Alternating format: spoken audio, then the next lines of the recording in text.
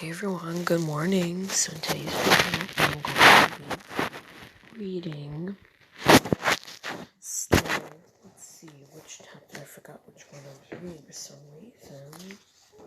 Better not lose my spot for once. Okay, chapter 5, I need to finish that one.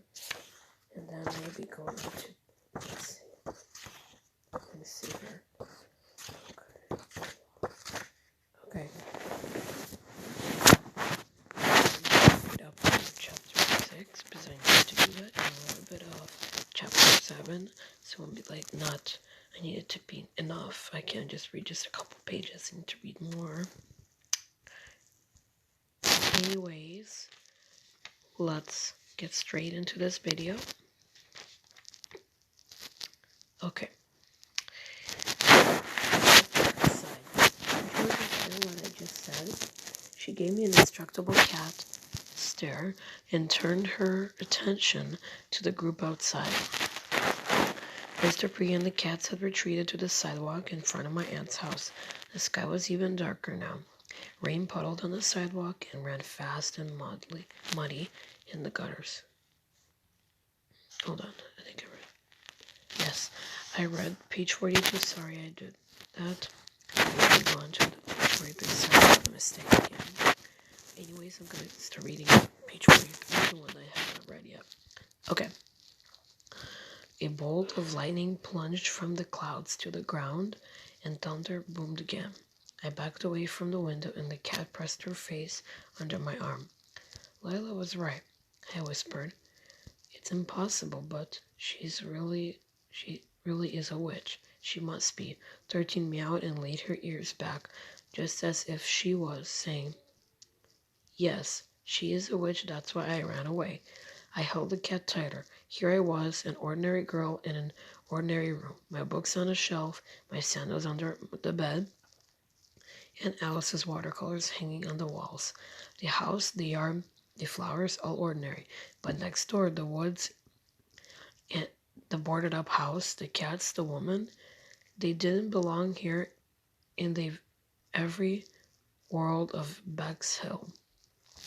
It was wrong, so crazy, scary, wrong. What was her plan to make me sorry? How was I to defend myself against her?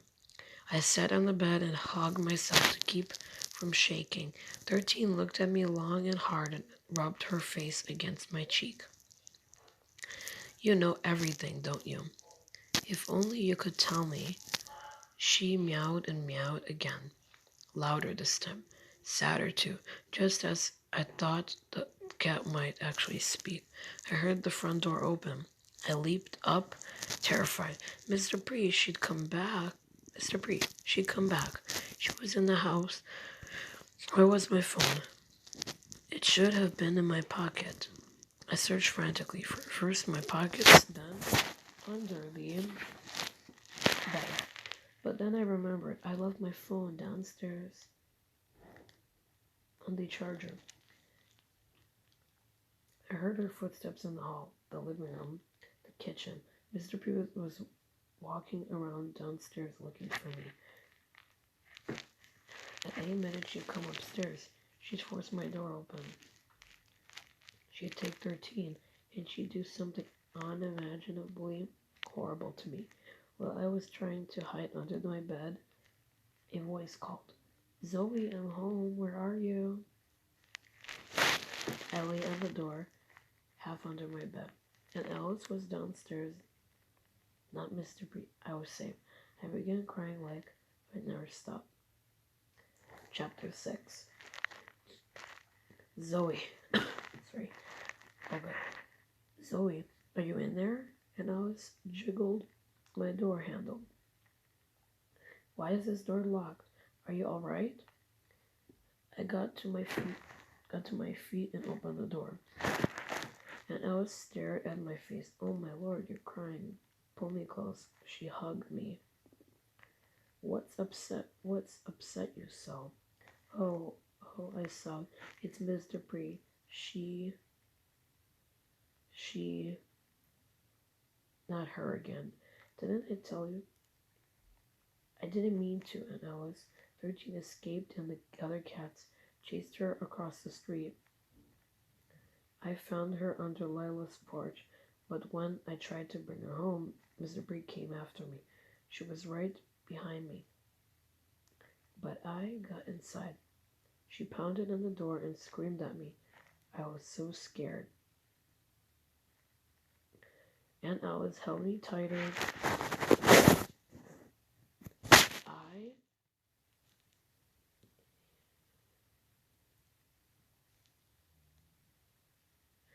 I have a mind to go over there and tell her she can't get away with that sort of behavior. I won't tolerate it. How dare she frighten you like that, and all because of one small cat?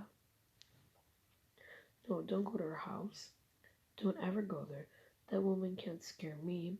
The worst she can do is yell, and you don't understand. I held her hand and stared at her. She isn't just a weirdo woman. She isn't just a weirdo woman. She's. I couldn't bring myself to say it. Zoe, dear Zoe, Aunt Alice squeezed my hands. Mr. Bree isn't a witch, but perhaps we should treat her as if she is. We both stay away from her and her cat. At that moment, 13 crawled out from the door under the bed and rubbed against Aunt Alice's legs. I snatched her up and held her so tightly she squirmed. I am so not giving this cat back. Aunt Alice studied 13. The poor little thing. She looks like she's starving. 13 meowed her tiny little meow and clung to my t-shirt with her claws. She's been treated very badly. And Alice gently stroked 13's side. I can feel every rib. She's so malnourished that it's stunted her growth.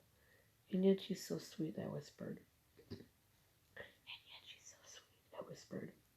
Look at the way she cuddles in my arms. If Mr. Bree gets her, she'll starve her to death. I see that what you mean, Aunt Alice murmured. We have to keep her. That woman doesn't deserve to have this cat or any cat. My knees gave way and I sank down on my bed in tears again. Did you hear that, 13? You're going to live with us. You'll be safe from that witch and her horrible cats. She must be so hungry, Aunt Alice said. Let's take her downstairs and feed her. While we watched 13 gobble canned tuna, I asked Aunt Alice, what's a good name for the black cat? Certainly not 13, she said. Not Blackie, not Sable, not Ebony. She needs an unusual name, mysterious, magical, musical. A long time ago, I read a book about a girl named Nia who was abandoned in a forest when she was a baby. I told Aunt Alice a group of cats raised her along with their own kittens. Nia?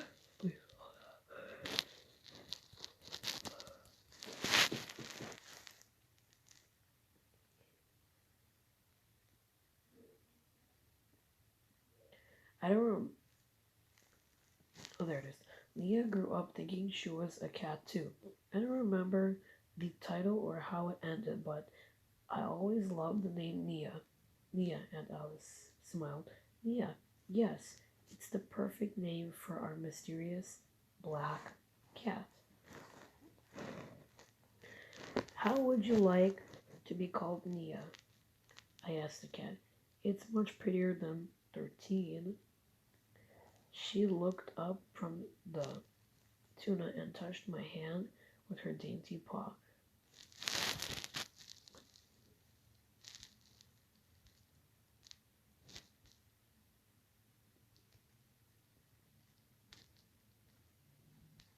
Sorry. It's like some recommended video. Okay, back to reading.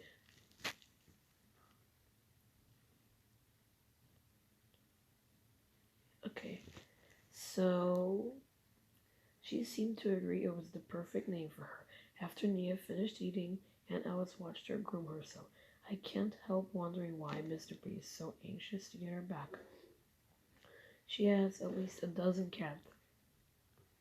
You'd think she wouldn't even notice when one goes missing. I hadn't thought about that. To me, Nia was totally special. Of course, Mr. P wanted her back. The other cats were mean and hateful and ugly. If one of them disappeared, I was sure she wouldn't miss it.